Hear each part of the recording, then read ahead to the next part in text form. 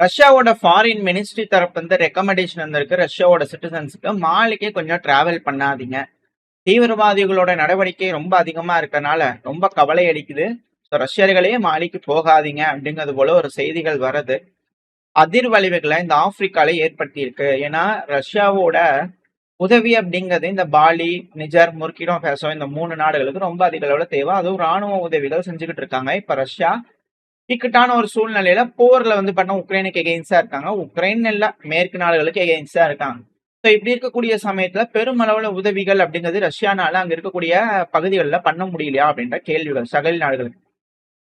ஏன்னா இது ஒரு மிகப்பெரிய பிரேக் த்ரூ. அந்த பகுதியில இப்ப ரஷ்யா ஹோல்டு பண்ணாங்க அப்படின்னா தான் பெருமளவுல இப்ப நடக்கக்கூடிய மாற்றங்களை வந்து பாத்தீங்கன்னா அதை பாசிட்டிவா எடுத்துட்டு வர முடியும் ரஷ்யாவுக்கு. அதுவும் ரஷ்யாவோட நட்பு நாடுகளுக்கு. அப்படி இல்லைன்னா ரொம்ப பெரிய மோசமான நிகழ்வுகள் நடந்தாலும் ஆச்சரியப்படுறதுக்கு. ஏன்னா வரக்கூடிய தகவல்கள் அது போல இருக்கு. இப்படி இருக்கக்கூடிய சமயத்துல மாலியோட வடமேற்கு பகுதிகளில் வந்து பண்ண தீவிரவாதிகள், அதுவும் குறிப்பா இப்ப தீவிரவாதிகள் அங்க ஆளுகின்ற அரசாங்கத்துக்கு எதிராக இருக்கக்கூடிய நபர்கள், அங்க இருக்கக்கூடிய குரூப்ஸ் எல்லாம் வந்து பாத்தீங்கன்னா ஒருங்கிணைஞ்சு பெருமளவுல அட்டாக் பண்ணாங்க. எஃப்எல்ஏ அப்புறம் ஜேஐஎன்எம் அப்படிங்கிற ஒரு அமைப்புகள், 2 அமைப்புகள் இணைஞ்சு பெருமளவுல அட்டாக். அதுவும் மாலில இருக்கக்கூடிய மிலிட்டரி பிரசன்ஸ் இருக்கக்கூடிய பல டவுன்ஸ்ல வந்து பார்த்தா அட்டாக் பண்றாங்க. இன்க்ளூடிங் புர்கினா ஃபேசோ உட்பட பம்கோ அப்படிங்கிறத சொன்னாங்க. ஸோ அதுல இருக்கக்கூடிய தொடர்பு எல்லாத்தையும் கட் பண்றாங்க. இப்போ ஒரு மேப்லோட இருக்கும், அதுல பிளாக் கலர்ல இருக்கு இல்லையா, இது எல்லாமே இந்த ஜேஎன்ஐஎம் அதுக்கப்புறம் எஃப்எல்ஏ அவங்களோட கட்டுப்பாட்டுக்குள்ள இருக்கக்கூடிய பகுதிகள் தான். முழுசுமே வந்து பண்ண மாலி, நிஜர், புர்கினா ஃபேசோல ஒரு பெருமளவுல வந்து பாத்தீங்கன்னா இவங்களோட கட்டுப்பாட்டுக்குள்ள வச்சிருக்காங்க அப்படிங்கிற மாற்று கருத்துல. ஸோ சீக்கிரமா இந்த கேபிட்டலுக்குள்ள வந்தாலும் ஆச்சரியப்பதுக்கல. இப்படி இருக்கக்கூடிய சமயத்துல தான் தொருங்கேட் ரிபல்ஸ் வந்து பாத்தீங்கன்னா கிடா அப்படின்ற ஒரு பகுதிகளில் வந்து உள்ள போய் அட்டாக் பண்ணலாம் அப்படிங்கிறதோட போயிருக்கிறாங்க. அது கவர்மெண்ட் ஆஃபீஸ்க்குள்ள வந்து பார்த்தா உள்ள ஊடுருவி இருக்கக்கூடிய விஷயங்கள் எல்லாத்தையும் எடுத்து வீடியோ பதிவுகள்லாம் போட்டிருக்காங்க. இது வரைக்கும் ஒரு செய்திகள் வரும். ஸோ பெருமளவுல தாக்குதல் நடந்திருக்கு, எல்லாம் நடந்திருக்கு அப்படிங்கிறது போல. இதுல என்ன நடந்திருக்கு அப்படின்னா அதுக்கு அடுத்தது இதுக்குள்ள வந்து பெருமளவுல தாக்குதல் பண்ணிக்கிறாங்களா, இங்க இருக்கக்கூடிய மிலிட்டன்ஸ்ல பெருமளவுல பிடிச்சிட்டாங்க, கேப்சர் பண்ணிட்டாங்க அப்படி சொல்றாங்க. அதாவது சண்டையே இல்லாம பெருமளவுல இழப்புகள் இல்லாம சேதங்கள் இல்லாம பிடிச்சிட்டாங்க. இந்த தீவிரவாதிகள் அப்படின்னாலே உள்ள வராங்கனாலே மக்கள் மேல வந்து பண்ண துப்பாக்கி சூட் பண்ணுவாங்க. அதனாலதான் அவங்கள தீவிரவாதிகள் அப்படின்னு சொல்றாங்க. அரசாங்கத்து மேல பிரச்சனைனா நேரா போய் அரசாங்கத்தை அடிக்கிறது, போய் ராணுவத்தோடு அடிக்கிறது அப்படிங்கிறது வேற. அங்க இருக்கக்கூடிய மக்களை பிடிச்சி அடிச்சாங்க அப்படின்னா அப்புறம் அது ஆப்போசிட்டா தானே வரும். ஏன்னா மக்களுக்கு நன்மை செய்யற நாங்களும் அப்படிங்களோ வந்தாங்கன்னா சரி ஏதோ ஒரு ஆப்போசிட் பார்ட்டி போல அப்படிங்களோ பார்க்கலாம். பட் என்ன அப்படின்னா மக்களை வந்து அட்டாக் பண்ணியிருந்துக்கிறாங்க. இப்போ இவங்க உள்ள வந்துட்டாங்க. உள்ள வந்ததுக்கு அப்புறம் ஃபுல்லா எல்லா பக்கத்துலயும் சுட்டுருக்காங்க. அதுக்கான இமேஜஸ் வீடியோ பதிவுகள் வேணா, ரொம்ப மோசமா இருக்கு. என்ன நடந்திருக்குன்னா உள்ள வந்திருக்கிறாங்க. ஏன்னா அவங்களோட கட்டுப்பாட்டுக்குள்ள இருக்க பகுதியில இருந்து ஊடுருவி ராணுவத்தோட கட்டுப்பாட்டுக்குள்ள வந்திருக்கிறாங்க. அங்க பெருசா சண்டை இல்லை. ஆனா இவங்க சும்மா சுட்டுட்டு எல்லாம் பண்ணிட்டு இருப்பாங்க இல்லையா. அப்படி பண்ணும்போது இவங்களோட அம்யூனிஷன் தீர்ந்து போச்சு. அது மட்டும் இல்லாம உள்ள வர்றதுக்கு வழி விட்டாங்க, வெளியே போறதுக்கு இல்லாம அணை கட்டி நின்னுட்டாங்க ரஷ்யா. ரஷ்யா இந்த சென்ஸ் அந்த இருக்கக்கூடிய பாலி, நிஜர், புர்கினா ஃபேசோ ரஷ்யாவோட அலையன்ஸ் உள்ள வந்து பாத்தீங்கன்னா சுத்தி வளைச்சு நிப்பாட்டிட்டாங்க. உள்ள வந்தாச்சு, உள்ள பகுதிகளுக்குள்ள போயாச்சு, ஆளுகின்ற அரசாங்க கவர்மெண்ட்டுக்குள்ளேயும் போயாச்சு, பில்டிங்ல போயாச்சு, எல்லாம் பண்ணியாச்சு. இப்ப என்ன ஆகி போச்சு, ரிட்டர்ன் போகணும். ரிட்டர்ன் போறதுக்கு முடியல. ஏன்னா ஒருத்தங்க கூடயும் சண்டை பிடிக்கலாம், அவங்க பாட்டுக்குள்ள வந்துட்டாங்க திறந்து இருக்குதுன்னு. இப்ப வெளியே போறதுக்கு வழி இல்லாம போச்சு. ஒரு கட்டத்துக்கு மேல அங்க இருக்கிறவங்க எல்லாம் சுட்டுக்கும் போது மக்களுக்கும் காண்டுகள் இருக்குமா இருக்காதா. அங்க துப்பாக்கியில் இருக்கக்கூடிய தோட்டாக்கள்லாம் முடிஞ்சதுக்கு அப்புறம் என்ன செஞ்சுட்டாங்க, மக்கள் போய் எல்லாம் குடிச்சு அப்புறம் வேலையை காட்ட ஆரம்பிச்சுட்டாங்க. பெருமளவுல உள்ள வந்தவனுங்களை வந்து பாத்தீங்கன்னா கட்டம் கட்டி பிடிச்சிட்டாங்க, சண்டையே இல்லாம பிடிச்சிட்டாங்க அப்படிங்கிற செய்திகளும் வந்துகிட்டு இருக்கு. இது எந்த அளவுக்கு ஊர்ஜிதப்பட்டன்னு தெரியல. போயிருக்கிறாங்க, பிடிச்சிருந்துருக்காங்க, அப்படி போனவங்களையும் பிடிச்சிருக்கிறாங்க. அதுக்கான வீடியோ பதிவுகள் வந்துகிட்டு இருக்கு. சஹேல் ரீஜியன்ல வந்து பாத்தீங்கன்னா இந்த ஜேஎம்ஐஎம்க்கு அதிகப்படியான ஆயுதங்கள் இது போல விஷயங்கள் எப்படி கிடைச்சிச்சு அப்படிங்கிற கேள்விகள் இருக்கு. சமீபத்துல நைஜீரியா வந்து பாத்தீங்கன்னா அதுக்கு கீழே, நிஜருக்கு கீழே பெருமளவுல வந்து பாத்தீங்கன்னா உதவிகள் எல்லாம் செய்யலாம் அப்படிங்கிற போல விஷயங்கள். அமெரிக்கா கூட அங்க தாக்குதல் வேற பண்றாங்க. அங்க ஆப்பிரிக்கா கமாண்ட் வேற ஆக்டிவா இருக்கு அமெரிக்காவோடது. ஸோ ஏதாவது பண்ணிருப்பாங்களா, ஏதோ ஒரு இங்க ஒரு போயிட்டு இருக்கா அப்படிங்கிற கேள்வி. ஸோ இது இங்க ஆப்பிரிக்காவில் நடக்கக்கூடிய விஷயங்கள். இப்போ நம்ம அப்படியே மிடில் ஈஸ்டுக்கு வந்துட்டோம் அப்படின்னா இப்பதான் மேற்கு நாடுகள், அதுவும் குறிப்பா என்பிசி மீடியாக்கள்லாம் வந்து பண்ண என்ன சொல்றாங்க அப்படின்னா இந்த 3ஆம் கல்ஃப் யுத்தத்துல ஈரானோட F5 ஃபைட்டர் ஜெட் இருக்கு இல்லையா, கிராவிட்டி பாம், இந்த ஃபேப் ரக குண்டுகள்னு சொல்லுவோம் இல்லையா, லொத்துன்னு போய் ஒரு இடத்துல விடுவோம் இல்லையா, ஸோ அது போல குண்டுகளை வந்து பாத்தீங்கன்னா குவைத்ல இருக்கக்கூடிய புஹ்ரி கேம்ப்ல வந்து போட்டு போயிட்டாங்க அப்படிங்கிறது போல செய்திகளை வந்து பாத்தீங்கன்னா இப்போ ஒத்துக்க ஆரம்பிச்சிருக்கிறாங்க.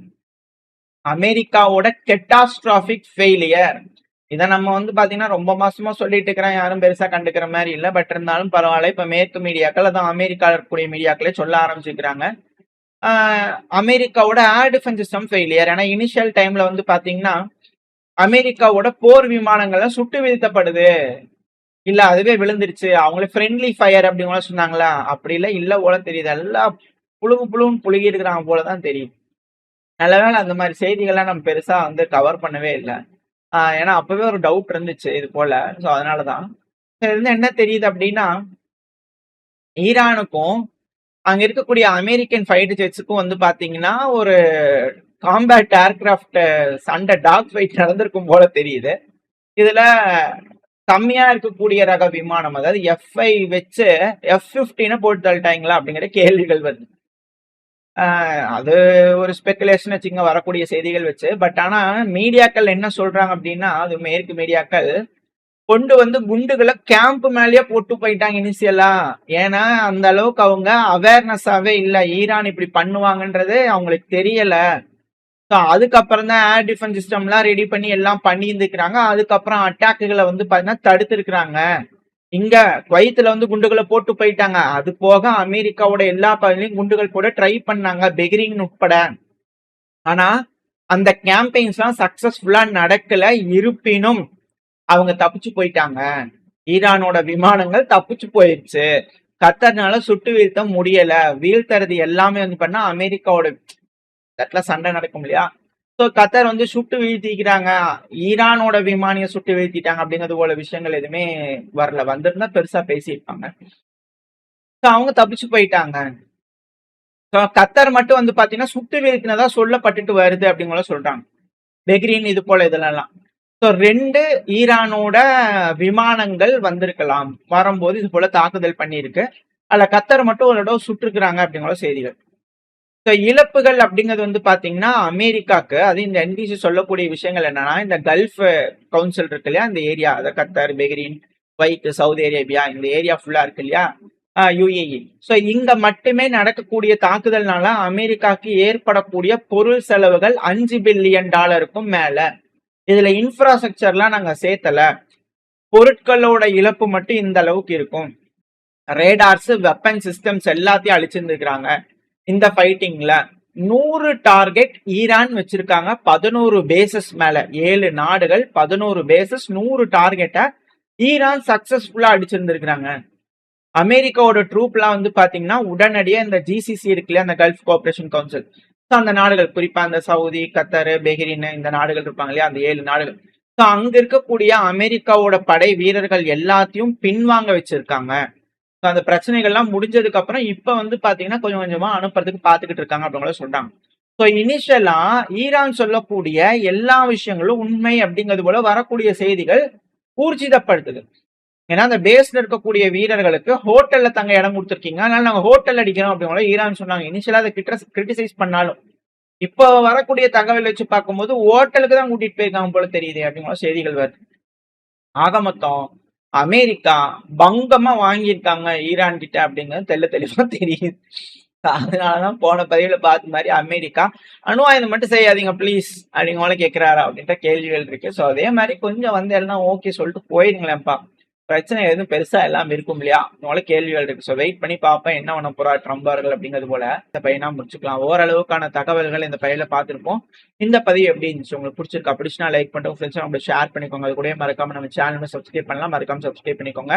அதுதான் நம்ம போடக்கூடிய வீடியோக்களை வச்சு யூடியூப் 4 பேருக்கு ப்ரொமோட் பண்ணும். உங்களோட அன்பு ஆதரவு எனக்கு எப்ப இருக்கும்னு நம்பிக்கல. அடுத்த பேரண்ட்ஸ் சந்திக்கிறேன். Stay safe, by.